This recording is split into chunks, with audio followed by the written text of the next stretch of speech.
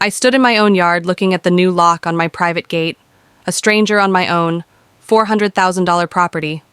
No notice, no explanation, just an audacious move by the Oakage Meadows Acho, as if they own me.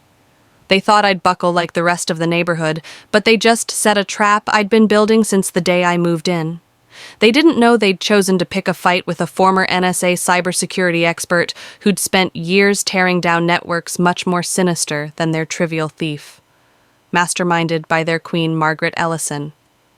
The HOA was soon to find out what happens when you lock out the wrong homeowner. I'm Nathan Brooks, and 6 months ago, I purchased my house in Oakage Meadows, yearning for isolation, following a messy divorce. The house, with its quiet appeal and a private gate onto a community park, guaranteed tranquility as a systems security engineer. I flourish on order, so I adhered strictly to the HOA rules, enjoying evening strolls behind my gate. But on that Tuesday morning, when I found my gate locked, I was like a prisoner in my own yard. I phoned the HOA office only to be sent to Margaret the President at her cold office lined with plaques of Gallagher's awards. She hardly looked up. Mr. Brooks, the board, locked up all park entry points. For security reasons, she told me, sliding over a folder full of anonymous complaints. Our bylaws give us power over common areas. Her tone shrieked finality, but the grievances caught my eye. The wording, commas, and buzzwords such as safety hazard were eerily the same among various authors. My NSA training kicked in. Someone had written these. These sounded like one author had written them, I said. Observing her flinch, residents have concerns. She snapped. Grabbing the folder that night, I read over my purchase agreement and a $350 certified property map section. 9.22 confirmed my gate, and 3 feet beyond were my not HOA turf. They messed with my property, breaking state law. I prepared my case with the care of a federal operation. The next day, I approached Margaret and her vice president, Leonard Price, a nervous yes man who parroted her every word. "This gate is my property," I said, laying out my documents. "You've broken the law." Margaret's smile was nice. "Mr. Brooks, you don't understand how things function here. Gate's a security threat. Defy us, and we'll discover other violations." Leonard pulled his collar, sweating. Her threat was obvious: submit or suffer. As I was leaving, a woman stopped me in the parking lot. "I'm Sarah Mitchell," she said. I live 2 houses down. Margaret's a tyrant. She bullied the Carters into tearing out their heirloom garden last year for unapproved flowers. People are afraid she retaliates." I nodded a familiar rush, climbing to outsmart a system such as hers. "You take advantage of its flaws," I told Sarah. Raised an eyebrow, feeling I wasn't ranting for the next week. My dining room was a war room. Walls covered with bylaws, budgets, and public records. Red strings connected Margaret to questionable transactions. The HOA's records were opaque 40,000, and maintenance did not have receipts. A landscaping company, Green Vista Solutions, affiliated with Leonard's brother-in-law, received bloated contracts without votes, violating bylaw. 6.1 foreclosed houses, coerced by fines, were scooped up by Horizon Realty, owned by Margaret's ex, Richard Ellison. It was a scam. Harass owners, coerced sales profit. Sarah linked me with victims like Tom Reynolds, a retired librarian, over coffee in my backyard. He explained how Margaret's reign ruined. She was fair, once constructed a dog park, cut vandalism. But upon a poor investment, lost her savings. She became vicious, fixated on control. He whispered. The Lopezes challenged her 3 years back with evidence of selective enforcement. They sued, lost on a technicality, and Margaret planted them in fines, cultural decor transgressions. Even rowdy kids they sold at a loss. Nobody's raided her since. As we conversed, Margaret showed up at my fence phone in hand, unauthorized assembly.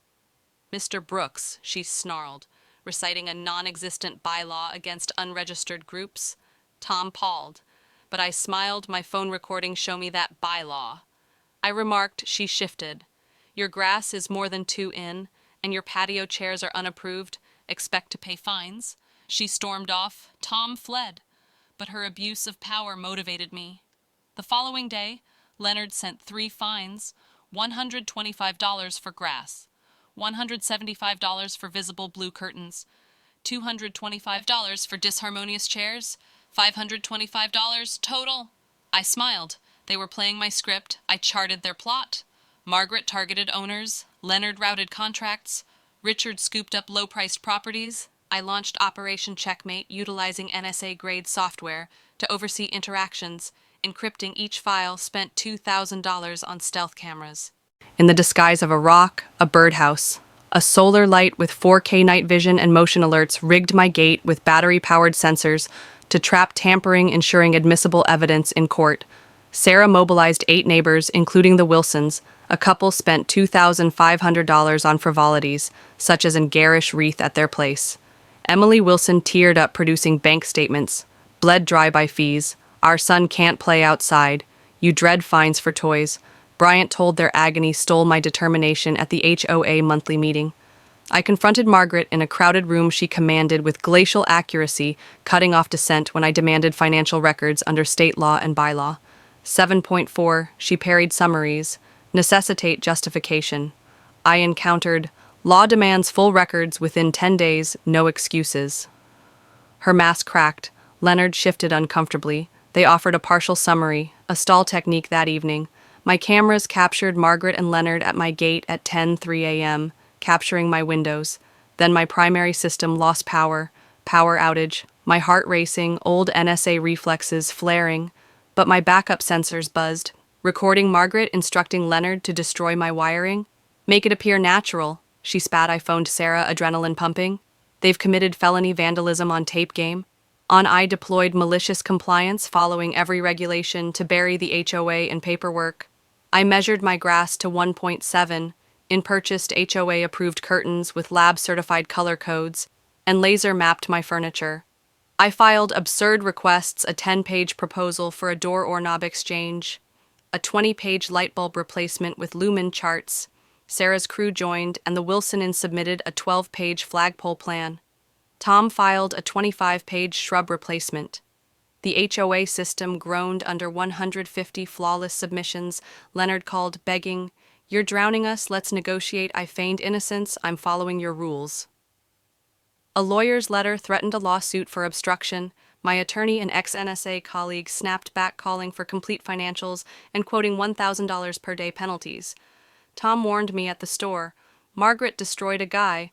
Last year spread falsehoods, got him fired. Her ex purchased his house on the cheap. I smiled. I'm ready for her. At 12:15 a.m., cameras recorded Margaret and Leonard soaking my gate's hinges with acid, scheming to simulate wear. I didn't report it. I let them dig deeper for 2 weeks. I acted defeated, skipping meetings, allowing my grass to reach 2.1 inches, and emailing an apology complimenting the HOA. Margaret calm hiking fees, reduced by 35%, without a vote at a grocery store chance encounter. I flattered her fishing details. She boasted about her Maldives holiday paid for by smart budgeting, and invited me to a board meeting, thinking me tamed.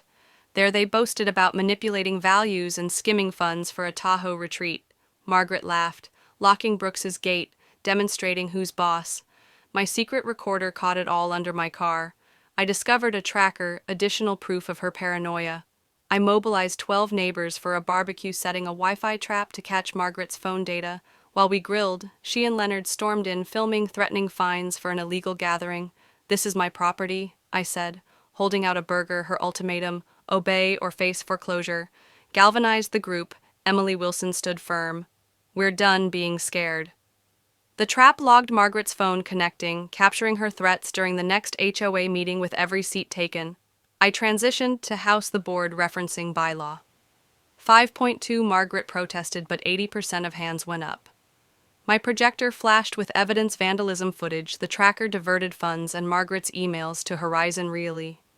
This is $160,000 in misappropriated dues, I stated, showing her Tahoe posts. She lunged for the cable. Leonard grabbed my laptop. Chaos broke out, but I persisted. This is with the DA. I'm XNS. Every file's verified. Margaret went pale. I revealed her gate was on my land and her real estate scam. Tom moved to remove the board. The vote was 95% in favor. Tom became interim president, Sarah his deputy. I restored my gate, sipping wine with Sarah as kids played freely in the park. "Why fight so hard over a gate you barely used?" she asked. I grinned. It was bait. Margaret couldn't help but misuse power. Best traps allow the victim to hang themselves. Oak Idge. Meadows inhaled again. Rules serving people and not tyrants. My gate now. Open symbolized a reborn neighborhood, one where freedom persisted longer than fear.